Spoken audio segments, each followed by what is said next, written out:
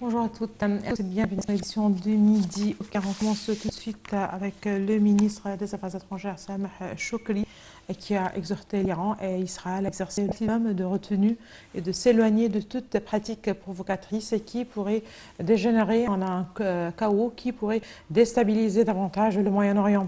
Lors d'un appel téléphonique entre le chef de la diplomatie avec ses homologues iraniens et israéliens, Sameh Choukri a transmis d'importants messages du Caire, dont la nécessité d'instaurer le calme et épargner à la région plus de tensions. Le ministre des Affaires étrangères a assuré la disposition de l'Égypte à intensifier ses efforts en collaboration avec ses partenaires afin de désamorcer la crise actuelle. Il a en outre réitéré l'instance égyptienne qui demande fermement un cessez-le-feu à Gaza et faciliter l'acheminement des aides humanitaires et a insisté sur son refus catégorique de tout acte visant une déportation forcée des Palestiniens et surtout les opérations militaires dans la ville de Rafah. Le ministre des Affaires étrangères, Sameh Choukri, s'est entretenu également au téléphone avec son homologue américain Antony Blinken suite à l'attaque iranienne contre Israël.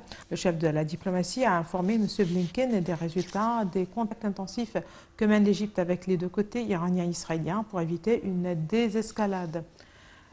Choukri a réitéré l'engagement de l'Égypte à maintenir la coordination avec les États-Unis pour contenir la crise et à n'épargner aucun effort pour stopper la guerre dans la bande de Gaza et assurer également l'acheminement des aides humanitaires. L'Égypte s'est dite profondément préoccupée par l'annonce du lancement de drones iraniens contre Israël et la dangereuse escalade entre les deux pays. Dans un communiqué, le ministère des Affaires étrangères a appelé à faire preuve de la plus grande retenue pour épargner à la région l'instabilité et la tension. Le ministère a d'autre part estimé que cette dangereuse escalade entre l'Iran et Israël n'est qu'une conséquence directe des répercussions contre lesquelles l'Égypte s'est alarmée à plusieurs reprises concernant le danger de l'expansion du conflit dans la région à la suite de la guerre israélienne dans la bande de Gaza. Le centre médiatique du Conseil des ministres a nié toute décision de fermer l'espace aérien égyptien. Le ministère de l'Aviation civile a de son côté affirmé que l'espace aérien égyptien, le trafic aérien, fonctionne normalement sans interruption, à l'exception avec certains pays qui ont déjà fermé leur espace aérien. Le ministère a ajouté que tous les vols se poursuivent ou plutôt ont repris normalement selon les calendriers quotidiens déjà fixés. L'Égypte poursuit toujours ses efforts en vue de faciliter l'acheminement des aides et de secours vers la bande de Gaza. 240 camions d'aide alimentaire et 4 camions à citernes chargés de gaz sont entrés hier dans la bande de Gaza à travers le point de passage de Rafah et de Karm Abou Salem. En effet, le passage de Rafah a accueilli hier jusqu'à présent 30 blessés avec 37 accompagnants de leurs proches. Au total, 127 camions d'aide sont entrés hier dans la bande de Gaza par le point de passage de Rafah et de Karm Abou Salem.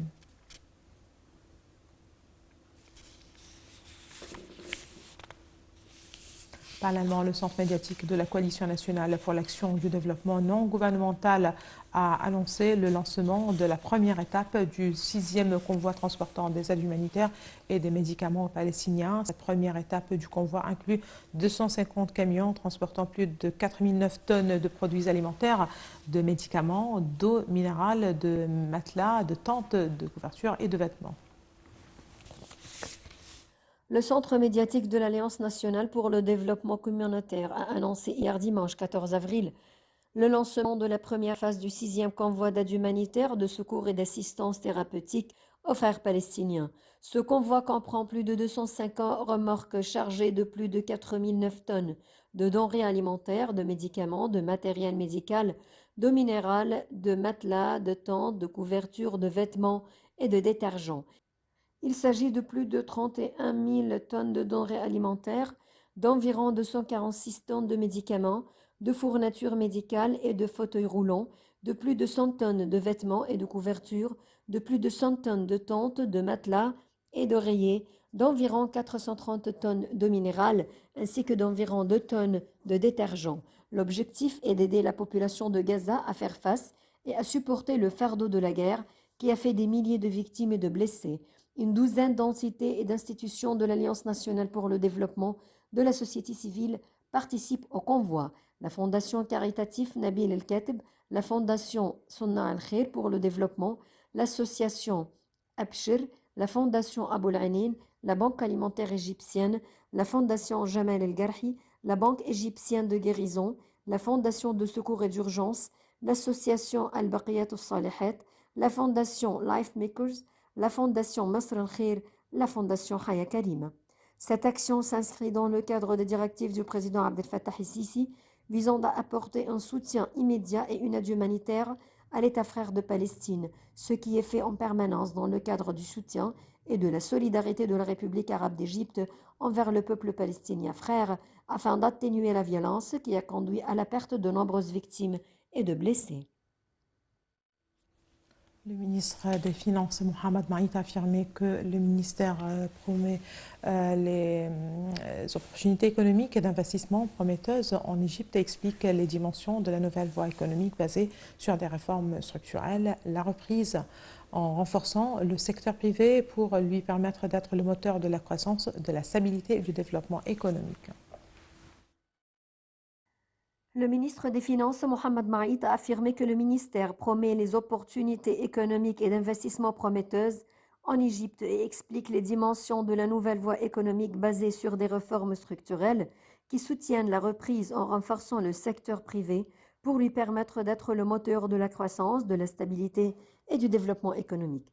Il a indiqué dans un communiqué que l'unité de relations avec les investisseurs au ministère des Finances mène un dialogue ouvert tout au long de l'année avec environ 2000 institutions dans le monde et publie des brefs rapports mensuels sur les indicateurs de performance économique, les dettes, le déficit et l'excédent primaire, ce qui fournit des données précises et mises à jour aux investisseurs étrangers sur la situation économique en Égypte.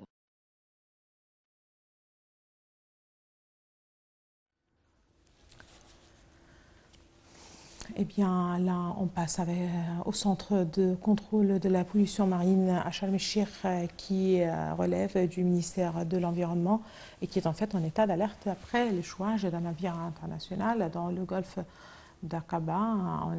C'est ce qu'a annoncé le chef de l'Agence des affaires environnementales, Ali Abou-Senna. Le ministère de l'Environnement a annoncé hier dans un communiqué avoir relevé l'état d'alerte en prévision à une éventuelle fuite du navire.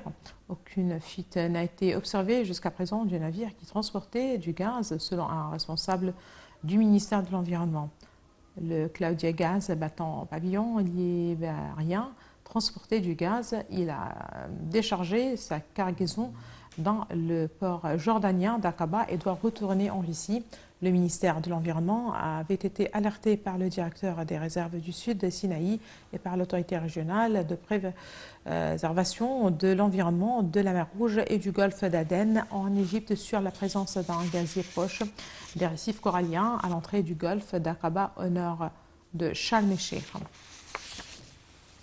Eh bien, c'est la fin de cette édition du Midi au Caire. Merci de l'avoir suivi. Excellente suite de programme national international.